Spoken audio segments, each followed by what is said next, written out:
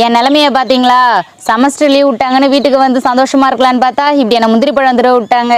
இதுக்கு பேசாம ஹாஸ்டல்லே இருந்திருக்கலாம். உன்னை யார் வர சொன்னது? நீ எதுக்கு காலேஜ் படிக்க போன? படிச்சு வேலைக்கு போய் ஒரு நிழல்ல உட்காந்து வேலை செய்யதான். இப்போ மட்டும் மேடம் என்ன பண்றீங்க? நிழல் உட்காந்து தானே வேலை செய்றீங்க. சின்ன பிள்ளையில நாங்க எப்படி புலம்பணுமோ இப்ப இவங்க புலம்பிட்டு இருக்காங்க. இந்த முந்திரி பழத்தால நம்ம மாவட்டத்துல மட்டும்தான் இருக்க. இந்த டவுட் உனக்கு மட்டும் இல்லாம நிறைய பேருக்கு இருக்கு. நம்ம கம்பெனிக்கு பார்த்தீங்கன்னா முந்திரி பருப்பு கேட்டு நிறைய பேர் கால் பண்ணுறாங்க. எடுத்தோடனே பார்த்தீங்கன்னா நீங்கள் வந்து கடலூர் மாவட்டம் பன்ருட்டியா அப்படின்னு சொல்லி கேட்பாங்க. அடுத்தது பார்த்தீங்கன்னா இல்லை நாங்கள் அரியலூர் மாவட்டம் அப்படின்னு சொல்லுவோம். அரியலூரில் முந்திரி இருக்கா அப்படின்னு சொல்லி ஆச்சரியமாக கேட்பாங்க. ஸோ என்னன்னா ஒரு சின்ன தகவலுக்காக தாங்க இந்த வீடியோ வந்து நாங்கள் கொடுக்குறோம். அதாவது தமிழ்நாட்டில் பார்த்தீங்கன்னா நிறைய மாவட்டங்களில் வந்து முந்திரி விவசாயம் நடந்துட்டுருக்கு. குறிப்பாக பார்த்தீங்கன்னா அதில் முதல் இடத்துல இருக்கிறது பார்த்தீங்கன்னா அரியலூர் மாவட்டங்க. அதாவது 30,400 ஹெக்டர் நிலப்பரப்பில் வந்து இந்த முந்திரி விவசாயம் பண்ணிட்டு இருக்காங்க. ரெண்டாவது இடம் பார்த்தீங்கன்னா பன்ருட்டிங்க, அதாவது கடலூர் மாவட்டத்தில் வருங்க. இங்கே பார்த்தீங்கன்னா 29,100 ஹெக்டர் நிலப்பரப்பில் வந்து விவசாயம் பண்ணிட்டு இருக்காங்க. மூணாவது பார்த்தீங்கன்னா வந்து புதுக்கோட்டை 5 ஹெக்டர் நிலப்பரப்பில் பண்ணிட்டு இருக்காங்க. அதுக்கப்புறம் தான் வந்து விழுப்புரம், தேனி, திண்டுக்கல், தருமபுரி அந்த மாதிரி லைனாக வந்துட்டு இருக்குங்க. மொத்தமாக பார்த்தீங்கன்னா தமிழ்நாட்டில் வந்து 84,000 ஹெக்டர் நிலப்பரப்பில் இந்த முந்திரி விவசாயம் நடந்துட்டு இருக்குங்க.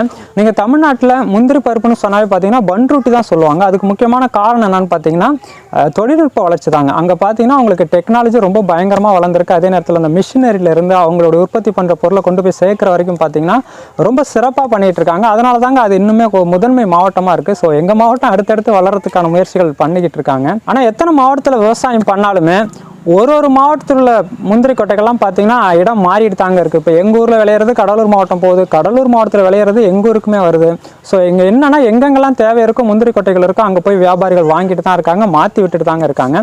ஸோ தமிழ்நாட்டை பொறுத்த வரைக்கும் பார்த்தீங்கன்னா இந்த முந்திரி கொட்டை வந்து எல்லா மாவட்டங்களையும் எல்லா மாவட்டத்தோட பருப்புகளுமே கிடைக்குங்கிறது தாங்க முக்கியமான விஷயம். அடுத்தது அரியலூர் பற்றி பார்க்கும்போது கிட்டத்தட்ட 30,400 ஹெக்டர் நிலப்பரப்பில் 18 ஹெக்டர் நிலப்பரப்பு பார்த்தீங்கன்னா ஃபாரஸ்ட்டுங்க. அதாவது நம்ம வனத்துறையே எடுத்து முந்திரி காடுகளை வச்சு அதை வந்து டெண்டருக்கு விட்டுருவாங்க. வருஷம் பார்த்தீங்கன்னா குத்தகை மாதிரி விட்டுருவாங்க. அது யாரெல்லாம் டெண்டர் எடுக்க முடியுமோ அவங்க கவர்மெண்ட்டுக்கு பணம் கட்டிட்டு அந்த முந்திரி கொட்டைகள்லாம் பொறுக்கிப்பாங்க. இதுதாங்க இப்போதைக்கு நடந்துட்டு இருக்க ஒரு விஷயம்.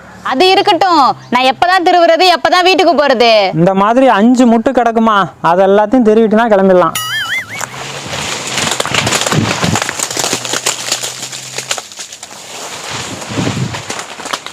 தலையில் துண்டு கட்டியிருக்கிறது முக்கியமான காரணமே இதாங்க. ஏன்னா சில பழங்கள்லாம் பார்த்தீங்கன்னா ரொம்ப உச்சியில் இருக்கும், எட்டாது.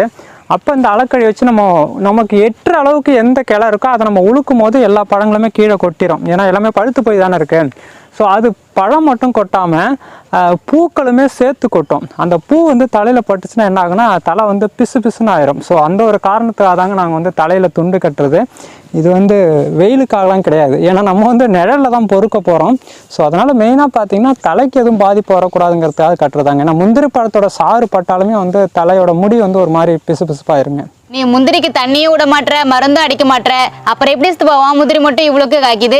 ஆமாங்க, இந்த கேள்வி பார்த்தீங்கன்னா எங்கள் ஊர்லேயே நிறைய பேர் கேட்பாங்க. ஏன்னா தண்ணி விடுறவங்களுக்கு எந்த அளவு காய்க்குதோ அதே அளவுக்கு தண்ணி விடாத எனக்குமே, ஏன்னா நாங்கள் வந்து மானாவாரியாக தான் முந்திரி வந்து விவசாயம் பண்ணிட்டு இருக்கோம்.